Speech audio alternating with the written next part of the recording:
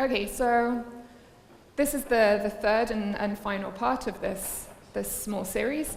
And in the first two, just to maybe do a little recap, we looked at quantum error correction, first in these sort of small systems with one static code, and then expanding to the idea of a code family.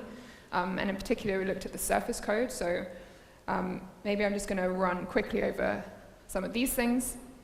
So the first thing we saw was the procedure of quantum error correction. So it's really this kind of procedural thing. We prepare a bunch of qubits into a particular encoded state that allows us to protect quantum information. And we looked at this example where we had some number of qubits, n, that encoded one logical qubit. That thing then suffers some errors. And then comes the part which is the way we interact with the state, which is through the process of measuring these stabilizers. And that extracts information, it extracts classical information that tells us something about the location of the errors, which we can then use through some sort of classical processing called decoding to figure out a guess at what went wrong, coming to this correction. And then we can use that to apply the correction, either physically on the state or just updating our knowledge of what happened. So this is the overview of the procedure of quantum error correction. And then in the last talk yesterday, we looked at the surface code, this particularly useful example of a code, particularly prevalent, probably the one which, if you're going to guess, is going to be the first one to be implemented in practice. It's what all people, almost all experimental efforts are designing their hardware towards. And this code has these qubits, these physical qubits arranged on a square lattice, and has this particular structure of the stabilizer operators that's very symmetric, where each of them sits on one of these little tiles, and you can expand the size of the code so you can suppress more against error by just increasing the size of this system. We looked through a bunch of examples of that, about how the errors turn up and what it looks like when we measure these stabilizer checks. And then the thing we kind of got to right at the end of the last talk was to see this as a topological system. So when you look at the way errors occur, and you think about strings of errors that are occurring in the system, the thing that you see is these checks showing up at the ends of these strings. And we saw that the stabilizers you can think of as being these loops of errors happening on the code, and the logical operators as these non-trivial strings of Pauli operators. So this is a very useful picture because it allows you to abstract away a lot of the details that happen underneath. And someone, I think, came and asked me a good question afterwards, which is, then what about the specific geometry? And in fact, this is a good point, that this square lattice that we looked at, you could replace it with any other geometry as long as it respects the same rules. So you can define these stabilizer generators on other tilings of 2D space. And the thing that really gives this thing its properties is this topological nature, the fact that the logical information is stored in these delocalized, these non-trivial operators, and the stabilizers, the things that are checking for errors, are these trivial loops, these small local things. Okay, so for the rest of this talk, I want to try and take these ideas of quantum error correction, which so far have been very theoretical, and give some idea of what these look like when you try and put them into a real system, because everything we've looked at is very nice and clean, and we have this idea of measuring these check operators. But there's a whole bunch of complexity that comes up when you actually go to put this into practice, and there's been a bunch of questions, very good questions, during these talks asking about those kind of things. So hopefully I can kind of give an overview of the main challenges and the things that you have to do to make this practical in a real system. And then towards the end, I want to focus on one system in particular. I can't go over all of them, and so I'm going to try and give you a bit of a flavor of what fault tolerance in measurement-based quantum computing, particularly with linear optics, looks like. So at the end of the last talk, I put up this exercise for anyone who is enthusiastic for thinking about things during the evening. And the question is, look at this circuit and show that this is the same thing as measuring that stabilizer on the 4 qubits in the circuit. So in practice, and this is something which any system which you actually want to implement an error correcting code on, this key property, this this operation that you have to do over and over is measuring these stabilizer operators. But I mean, in the example I showed you, these are 4-body operators, and we know anyone who works in an experiment will know that you probably don't want to be going and trying to engineer a 4-body interaction directly. And the thing that you can do, and that we're getting to the point of being able to do very well, is 2-qubit entangling operations. So if you want to do something like this in practice, you want to be able to break it down into the basic operations that you can actually implement in the physical system. And so in this circuit, rather than trying to get the 4 qubits that are your targets to interfere directly, you bring in this one ancilla qubit, and you use it to entangle with each one of them one by one. And then you make a measurement on the ancilla, and that is what you do to be able to extract this information, to be able to measure that stabilizer. So just to give a little bit of an idea of how that worked for those of you who didn't work through this, what you're doing is bringing in this ancilla qubit and doing these entangling operations, these C-phase operations, with each of the qubits that you're trying to make the measurement on. So we can look at what happens when you do that. There are 2 possible cases. Let's imagine that we've got the state plus, this is our ancilla, and this is our target, and it's in state 0. And when we go through the phase gate, maybe we can expand this. So our ancilla we can write as 0 plus 1, and we're doing a controlled gate, a control Z gate between this qubit and this qubit. So the effect in this case, as you can tell, is going to be nothing, because the control phase gate only has an action when we have the state 1, 1. So in this case, we're just going to have exactly the same term we had before. We're going to have the state plus 0. But the other thing that can happen, if we have our ancilla, and it's being entangled, it's going through this entangling gate with a qubit which is in the state 1. You can expand this again. The state is 0 plus 1. And we're doing a control phase gate between these 2 qubits. There's one term here on which nothing is going to happen. But on the other term, on this term, the 1, 1 term, we're going to introduce a minus sign when we perform that gate. So the effect of this is to leave us in a state 0, 1, minus 1, 1, which we could rewrite as the minus state in the state 1. So you can see what has happened here is that when I do this entangling gate with my first qubit, nothing happens in this case. In the case that the target qubit is in the state 0, nothing happens. I'm left with the same state, but in the state that it's the same in the state 1, the target qubit is left unchanged, but the ancilla qubit has collected a phase. It's flipped its state. And so you can kind of see what's going to happen as you go along this series is that every time you do one of these entangling operations and the target qubit is in the state 1, this ancilla is going to flip from being plus to minus. So you can think of this as like counting up the number of 1s that you see as you go through this circuit.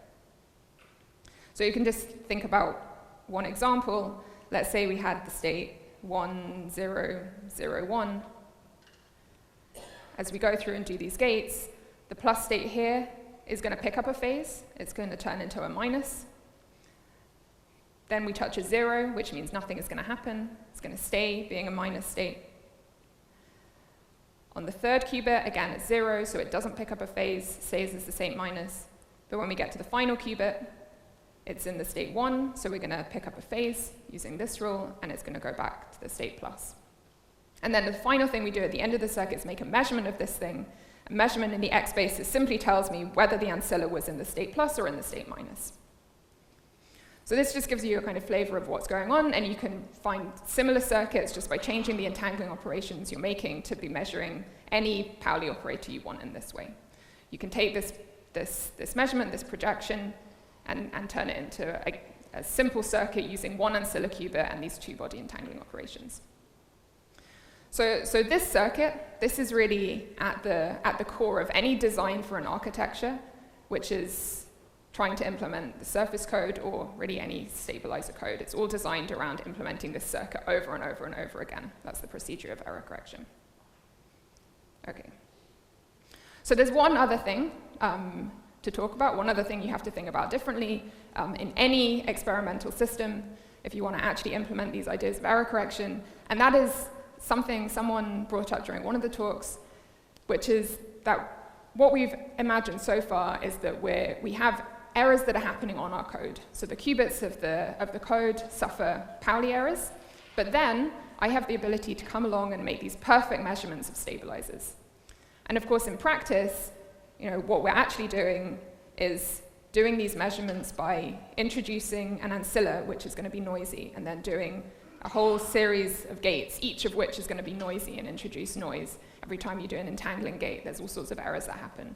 So in practice, when you do this, it's not just the qubits themselves that are suffering noise. The measurement as well is going to be noisy. So when I get some measurement outcome, when I measure one of these check operators, one of these stabilizers, and I get an outcome, I'm not guaranteed that it was right.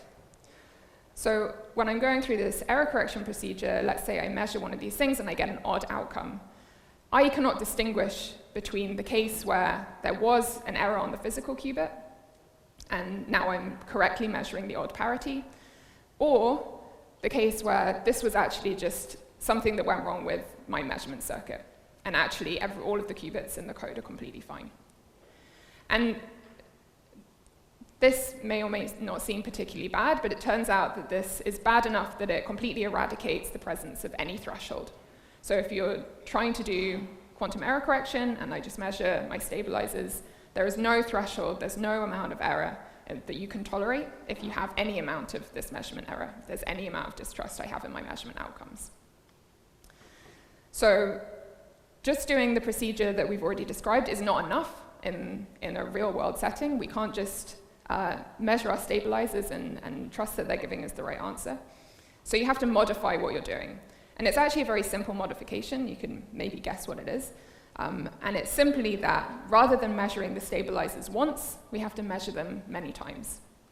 And you actually have to measure them a number of times that scales with the size of the code. So if you make the code bigger, then I need to measure the stabilizers in multiple rounds that number of times.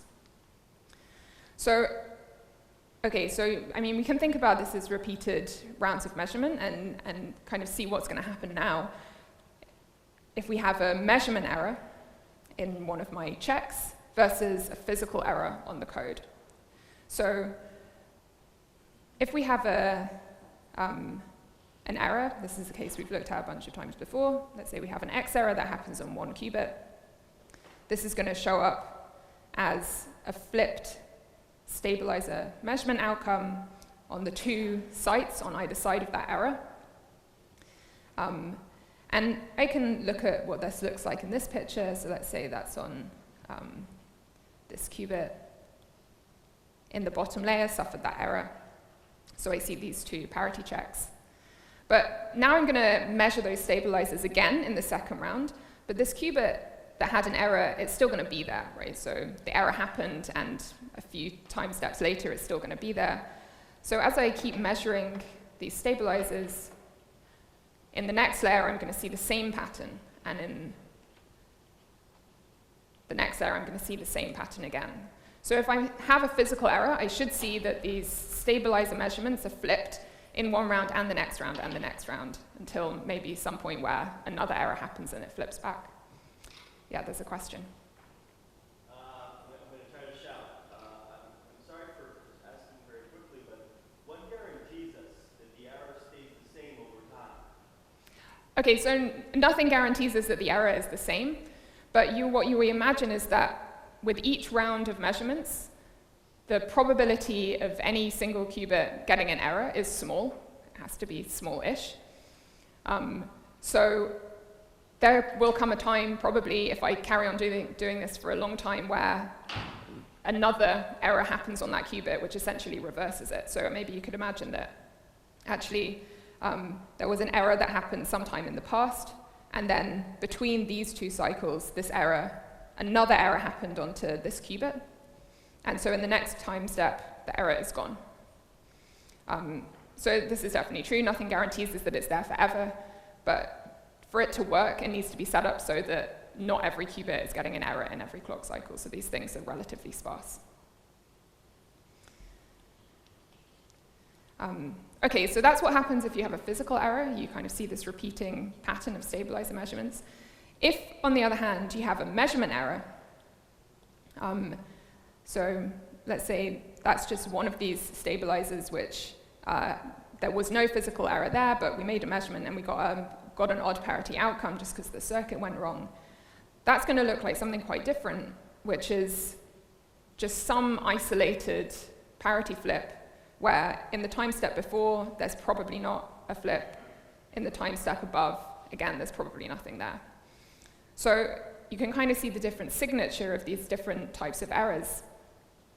And the way you can convert this into something which looks even more similar to the problem we were already trying to solve is to, instead of looking at these outcomes themselves, the actual measurements that we're making, you look at the change between one time step and the next one. So in this case, my measurement error, what I see is that between time step 0 and time step 1, there's a change in that measurement. So I can kind of flag this as being, maybe I'll change color. I can flag this as being a change in the stabilizer outcome between these two layers. And again, in the next time step, this is going to show up as being a change between time step 1 and time step 2. Whereas with the physical error, what is happening is that I'm going to see a change, okay, let's do it between time step 1 and time step 2. There's going to be no change between time step 0 and 1. Everything looks the same. But there is a change between time step 1 and time step 2. And you can kind of see the signature already of the difference between these two types of errors, which is that when I have a physical error, when I have an error on one of the qubits, it's showing up in space. I'm seeing a pair of these flipped stabilizer outcomes in space. Whereas with the error in the measurement outcome, I'm seeing a separation of these things in time. And so essentially what this procedure is doing, which is very, very simple, I'm just measuring the stabilizer operators multiple times. I'm introducing another dimension into the code, and this other dimension is time, like I'm using time to create a third dimension in the system. And that third dimension is allowing me to identify these measurement errors. So what you've done is convert this different type of error, an error which happened in the circuit and messed with your measurement outcome, to something which actually looks just the same as a physical error, but it's in a different dimension. Okay. So yeah, I mean, we looked at these topological pictures, and when you set up the system like this, you can actually just look at the whole thing as being a new topological system with one higher dimension. And it's actually, I think, useful to think of when you see this version where you see you're making these multiple rounds of measurement, it kind of gives this impression that time is a very distinct dimension, so time is very different than space. But in terms of the structure of the code and the way you do error correction and the way you do decoding, there's really no distinction between time and space here. They behave in exactly the same way. Okay. Maybe one other thing to mention on this is we've created this three-dimensional system by having a 2D code and making these repeated measurements. And it is important to distinguish between this system and a three-dimensional code. So the actual code here, so the thing which stores the quantum information, the dimension of the logical information that's stored, is still in this two-dimensional system. And this third dimension is kind of extruding it upwards, if you like, as a way to protect against these measurement errors. And it's a separate thing to have a three-dimensional code, which would mean that you actually have a three-dimensional system of physical qubits. So it's physically three-dimensional, and the stabilizer measurements you're making are actually three-dimensional. And this is a whole different thing, which you know, there's also a lot of interesting examples there. Okay. So, many people here are working on all different kinds of physical qubits, and I know there's a bunch of talks during the week on different qubit technologies. And This is such a huge field. I would love to say more about it. I really don't have time to go into all the details of this, but with every physical system that you can think of and people are imagining implementing the surface code in pretty much every single one of them. And there are tons and tons of papers that you can go read where people lay out these very detailed architectures for exactly how you would go about measuring these parity checks to implement this scheme for error correction. But it's worth pointing out that, like, however different these schemes look, you can find these like wildly varying different physical architectures, but they're all implementing the same system, which is this 2-dimensional surface code with 1 extra dimension plus time. So you can go and look at these. I think it's very interesting. And every single one of them will have a whole bunch of different challenges and things that they have to solve. And so if you actually want to take these schemes and put them into a certain type of physical qubit, you have to address the exact type of native gates that you have available to you. What are they like? What can you actually use to measure, to make these parity measurement circuits and extract the information? You have to be very aware of the exact type of noise, because that's going to change like how you should be interacting with the qubits and what you expect the structure of the noise to be. It's going to determine what the threshold is and how much error you can tolerate. In certain kinds of systems, so working with trapped ions, for example, it's quite likely that you're limited in how many physical qubits you can actually have into one system.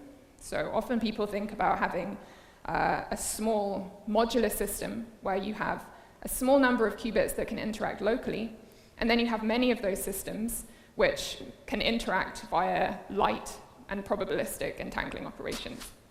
And you can still implement the surface code in that setting, but it completely changes the architecture. It changes the way you think about doing parity checks, and it changes the way that things are set up. So the things that are very different in the physical architecture, but ultimately when you come down to what the structure of the code is, what is the structure of the checks, the stabilizer measurements that you're making on the qubits, these things are all the same.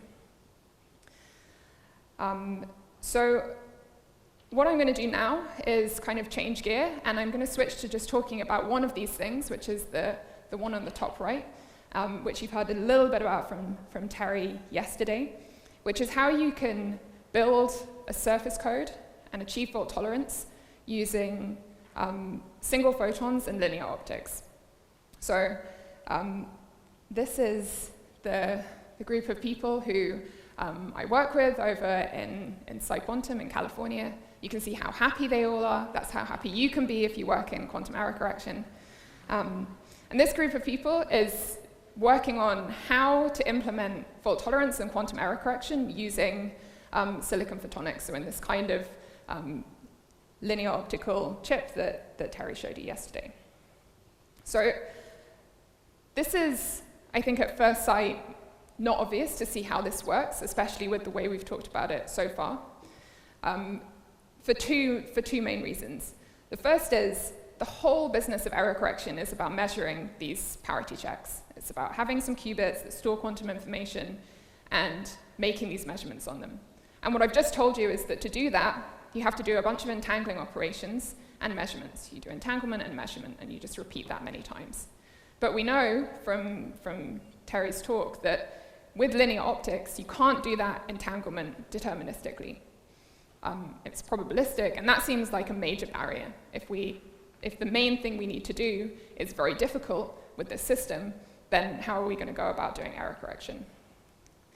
And the other problem with photons is that the measurement of them is destructive. So once you've measured them once, they're gone, you can't reuse them. So unlike superconducting qubits or trapped ions or any matter system which sticks around after you've done a measurement of it, the measurement of a photon destroys it, and you just have to create a new one. So the question of how you can preserve the information and keep it around is also maybe a little bit more mysterious in this kind of a system at first sight. So to answer those questions, we have to think about fault tolerance in a slightly different way. So the way that it's generally, I guess, more natural or more usual to think about it is in this circuit-based language. So I drew the circuit for how you could measure one of these parity checks. But the language that Terry told you about yesterday, this language of measurement-based quantum computing, is equivalent, but presents a kind of different framework, which makes it much easier to think about and understand what's going on here. So I want to explain what the difference is between circuit-based fault tolerance and measurement-based fault tolerance. And I think it's worth saying from the beginning that these things are fundamentally, like mathematically, they're the same. And it's really just a viewpoint to thinking about them that makes these things look different. Okay, so what I've got in the picture on the left, so here, is a circuit for extracting a series of parity checks. So we looked at what this circuit looks like. Here are 4 qubits of my code. And I can imagine, rather than like looking at this nice geometric picture, I could write out this big circuit for how I can extract all these parity checks one by one. And that's going to be my procedure of error correction. And because we have to do this multiple times, there's going to be many of these things. So if I look at a bunch of qubits, over time, they're just going to be going through these series of parity checks. So here's my first parity check on the qubits, here's my second parity check, here's my third parity check, and the sequence is just going to go on. So this is like quite a simple circuit. This is easy enough to write down. And we can now look and try and modify that to make that fit into the picture of measurement-based quantum computing. And really, the main idea of the measurement-based picture of quantum computing is just that you change the order of your operations. So in the measurement-based picture, I can't be interspersing entanglement and measurement and preparation and entanglement and measurement. What I can do is prepare a resource state, prepare a bunch of entanglement at the beginning, and then after it's prepared, I can make a bunch of measurements on it. And so if I want to make this circuit here compatible with that picture, what I need to do is shuffle around the order of these operations so that all of the entanglement happens at the beginning, and then the measurement happens at the end.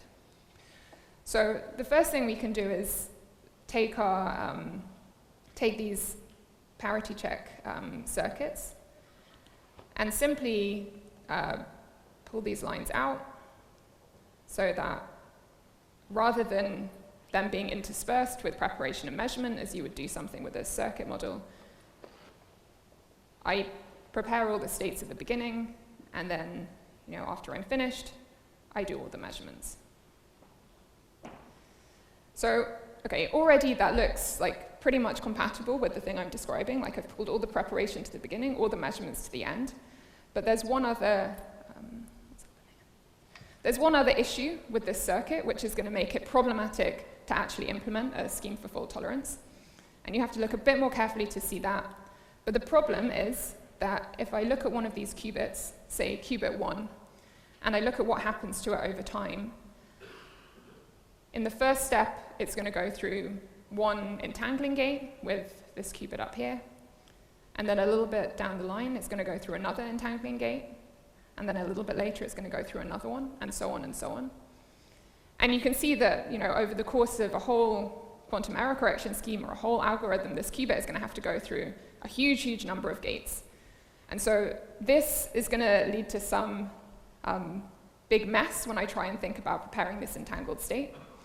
And specifically with photons, it's going to lead to some unreasonable constraint of having to generate a ton of entanglement that's centered around one photon. And so the other thing we need to change in this circuit is to somehow separate out all these entangling gates so they're not all happening on one qubit. And there's a trick that you can use to do that. So you can modify the circuit so this is all still fine. And what that uses is this little circuit, which Terry may have mentioned at some point in his talk yesterday. And it's simply the scheme for teleportation. So the idea is extremely simple. If I have some state, some qubit and some state psi, and I have another qubit, which I just initialize in the plus state, I do an entangling gate between them, and then I measure on the first qubit. What I end up doing is just popping out the same state onto the new qubit. So all that's happened is I've just taken the state and I've swapped it onto a fresh qubit. And so instead of just having this qubit back up in this picture at the top, instead of having this qubit just propagate along and go through all these entangling gates one by one, you can instead use this idea of teleportation and after the first entanglement, I can swap this thing onto a fresh qubit, which I prepared earlier in the plus state. I'm just going to remove these gates.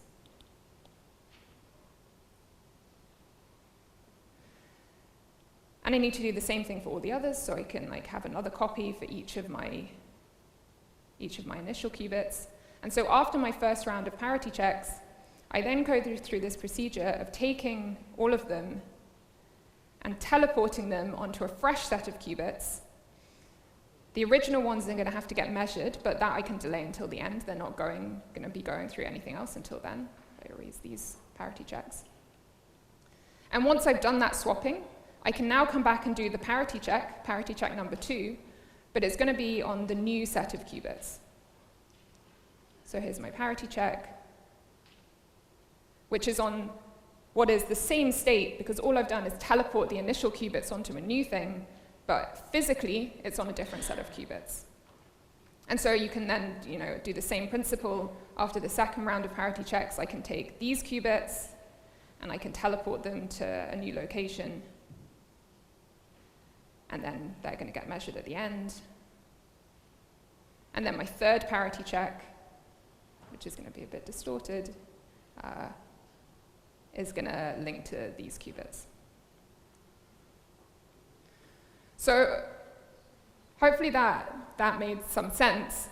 And really all I've done is, one second. So really all that's happened here is I've taken the first circuit and I've swapped some things around. I've pulled some things to the beginning and I've teleported some qubits around, but logically I haven't changed anything. But what I've ended up with is a circuit now which is compatible with directly being applied in measurement-based quantum computing, because what I've got is a bunch of preparation and entanglement that happens at the beginning, which I can just think of as the preparation of some entangled state, some graph state, and then at the end, a bunch of single qubit measurements. So yeah, there's a question.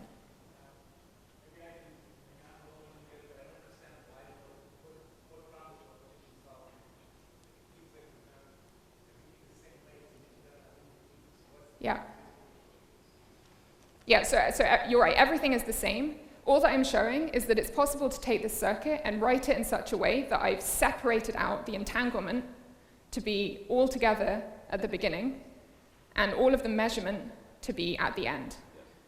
And so, the fact that these look the same, it's you're completely right. They really are the same. And often when you look at computing and fault tolerance in the picture of measurement-based quantum computing, they look very different, but really they're not, and you can always write down this circuit so that they look the same.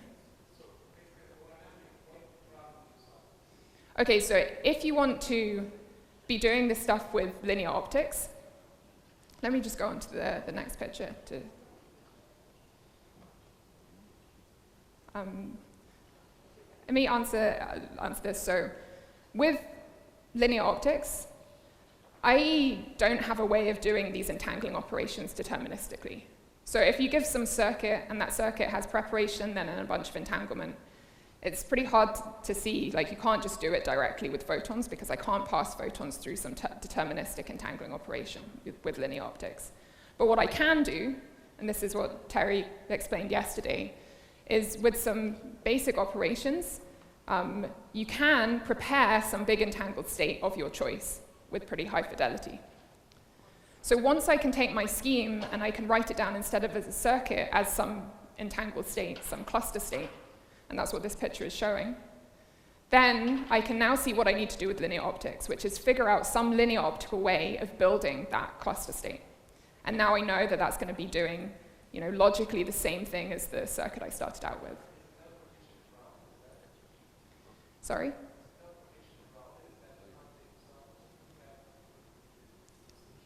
So the teleportation is because the qubits, the photons, can't be persisting. They can't be hanging around indefinitely. And a physical qubit, like a superconducting qubit, can just stay there and you can do as many operations as you like.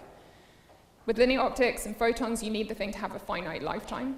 And so the teleportation, entanglement and teleportation allows the physical qubit to live and die quickly, whilst the logical information persists indefinitely.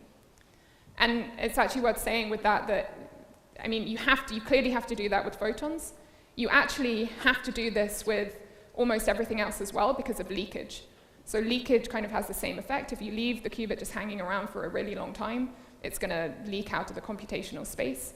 And the way you get around that is by employing this exact same thing. So you do what is a teleportation to a reinitialized qubit, and then a measurement which takes leakage and turns it into an error that you can detect into an erasure. Yeah? Yeah.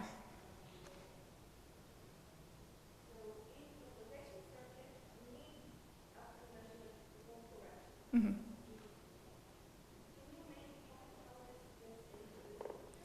Yeah, so that's a good question. So I wrote down this, the question is, in teleportation you also have to do a classical correction.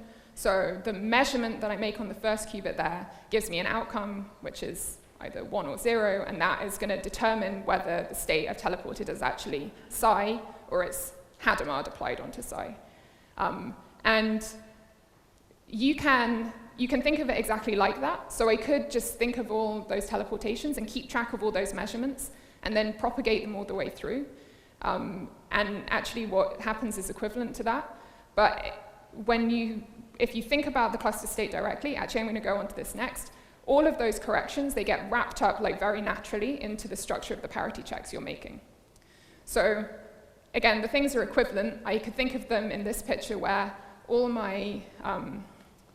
of these measurements, so like these blue measurements that I make at the end, these are the measurement outcomes here. They're giving me some correction. And I have to keep track of those. I have to know what they are because they're essentially modifying the state that comes later. But the way, okay, let me just go forward one. Okay, so those corrections are much easier to think about when you think about the cluster state directly. So here is one unit cell of that structure. What you can think of it as is, here are like the 4 qubits that I started out with in this picture. Q1, Q2, Q3, and Q4 is there at the back. And this measurement, this is the entangling gates. And a measurement of this in the X basis is like the first parity check. And then these qubits are going through a series of other operations that I'm not going to go through in detail. Actually, the thing which maybe I can just highlight is where this teleportation step is actually happening here. So here is my qubit. Here is a control phase gate, which is entangling it to a new qubit. Then I'm going to measure this one in the X basis, which teleports it onto the next site. And so the information now sits here. And then so on. So this one gets entangled to the one above it, and when it gets measured in the X base, it gets teleported as well. So the corrections that are coming from all those measurements, they actually get added up naturally when you extract your parity check information from this state. And the way that that turns up here, I'll just erase these things. So what I'm going to do once I have this state, I mean, we can, going back to this picture, what you'll see when you push this thing through is all the measurements that you're making. So I'm doing these parity check circuits, which require a measurement in the X basis. And I'm doing these teleportation circuits, which have a measurement in the X basis. So actually, all of these measurements, they're all just a measurement in X. They all just got pushed through the circuit. They ended up the same way as a measurement in the X basis. And so when I have this cluster state, once it's prepared, I'm just going to go to every single site and measure all of the qubits in X. And you can, the easiest way to see this is by looking at the stabilizers of that code, and I'm not going to go through that in detail, but I will just tell you that you can take all of these X measurements, and actually, if I just take the ones on the red sites, their individual outcomes are going to be random, so they're going to give me some even or odd outcomes. That's like the teleportation circuit. I don't know which outcome I'm going to get. It's going to be random. But what I do know from the structure of this state is that if I take x1, x2, x3, x4, x5, x6. If I take the product of all of those measurement outcomes, that's always going to be an even outcome. So you can kind of either go through the route of working through the circuit and figuring out where all those corrections add up and checking that, yeah, I believe that this is a parity check, or you can go the route of looking at the stabilizers of that cluster state. But whichever route you go, you get to this conclusion that these corrections turn into these parity checks that now sit on the structure of this cluster state. Yeah, so there's a question at the back. I'm sorry, I can't hear at all. It's not on. That's great, yeah. Can you hear me now? Yeah. Yes. So maybe I missed, and you said it now, but in the end you make all these parity checks right at the end, but you're supposed to do error correction as well. So somehow you have to take the state and correct it. How do you take care of that in this? Yeah, so this is a good question. Okay, so what I'm going to do is I'm going to skip ahead to the kind of final slide. There was some other things I wanted to say, but I'm going to skip those. And this is about trying to kind of put that whole picture together. So what does it actually look like? What I was showing you was kind of maybe a bit local, and you're right that you can't just like do the whole computation and then put all the measurements at the end. There is going to be some ordering, but the ordering that comes, so the fact that you have to have some time ordering only comes at the logical level. So it comes from the fact that when you're doing a quantum computation, there are times when I need to do some feedback circuit in that computation.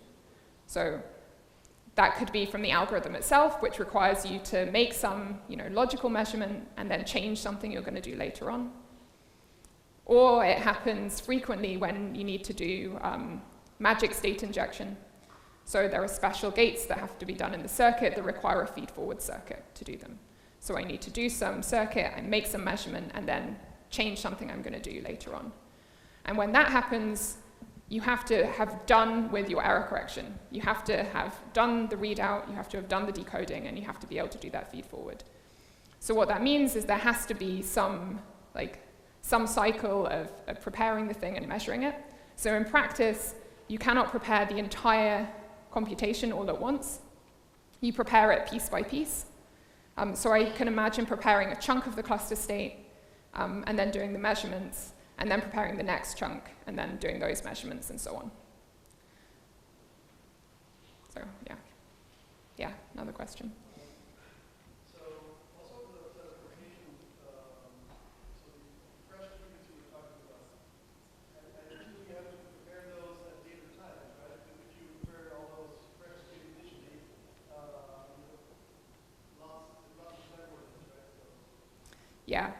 So with the question is, what do you do with the qubits that you're preparing? Surely you don't want to prepare them all at the beginning because then they accumulate noise. So yeah, this is true. And I think you can kind of go to this extreme of MBQC where everything is really prepared at the beginning and then you do all the measurements. In practice, you really do it step by step. So you would really only prepare a qubit at the latest possible time before it's needed. So you end up going through some kind of deformation where the circuit gets closer to the original thing, but it still keeps this property that the physical qubits don't persist for a very long time. So they don't have to go through a large number. No individual qubit has to go through a large number of entangling gates in its lifetime. Okay. So maybe to just kind of like piece this picture together, what we can think of all this stuff as doing, and we've seen we can take this error correction circuit and we can turn it into a cluster state, and we can think of that cluster state as giving us all of this parity check information that allows us to then correct errors that happened on those qubits. And we can see that that circuit is really just the same thing as the surface code that we were looking at originally, but kind of converted into this cluster state viewpoint. And it's useful then to look at what the whole thing looks like when you fit it together. So I can imagine now taking a measurement-based computation of the type that Terry was showing us. So we have some cluster state, and here I've just got a linear cluster state. And to do some computation, we want to make some series of measurements on this line of qubits. Let me continue on. And the idea of fault-tolerant measurement-based quantum computing is to take this unprotected version and apply on top of it this fault-tolerant cluster state, which now has a fault-tolerant implementation of all of these logical measurements. So we can imagine taking these qubits, we make a certain set of measurements which is going to implement a logical version of this, and then the next block implements a logical version of this, and so on. So, okay, I hope this gives some kind of a flavor of what this looks like. Really, it's mostly the same, although the implementation looks quite different.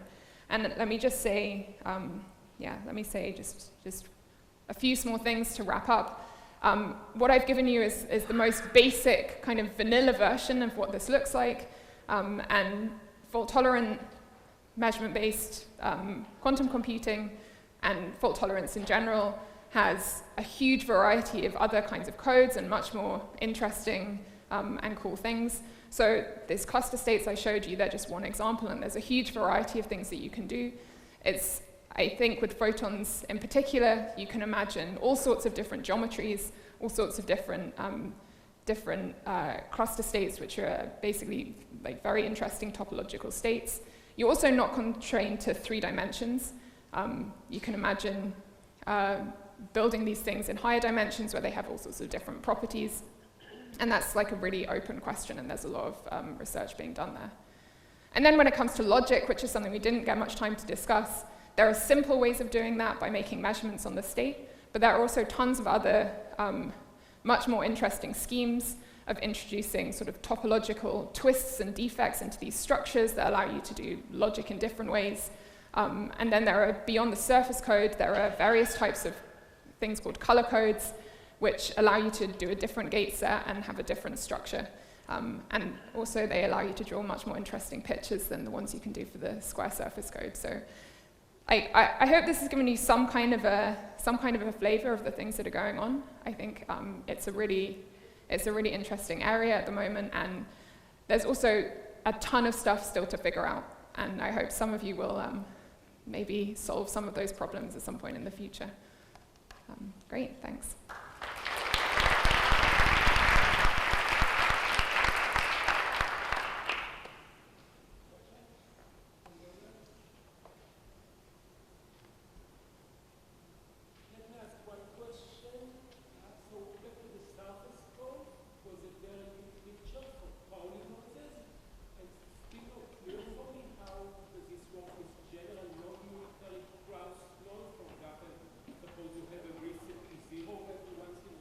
Mm-hmm. Yeah.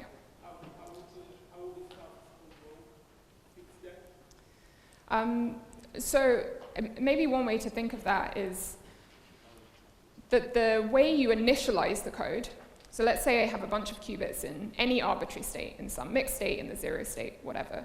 I can always prepare the code by measuring all of the stabilizer checks. So I take some arbitrary set of qubits, I measure all of my parity checks, and after I've done that, I'm in the code. At that point, the logical state is just in some arbitrary mixed state, probably, and I can prepare that by then interacting with the logical operators. But you can kind of think of the same procedure as how that corrects any error. So every time I do projections of the stabilizers, I'm taking the 4 qubits I'm interacting with and projecting them back into something which is an eigenstate of one of those stabilizers. So, okay, that may not be projecting it directly back, and then there's extra series of, you have to do active error correction, and I have to do decoding. But it doesn't need to be, I don't need to have applied a Pauli error. If I've just applied a Pauli error, the projection I'm making basically isn't really doing anything. I was already in something which was an eigenstate of that stabilizer. But when I'm in some other state, that projection really pushes me back closer to where I wanted to be.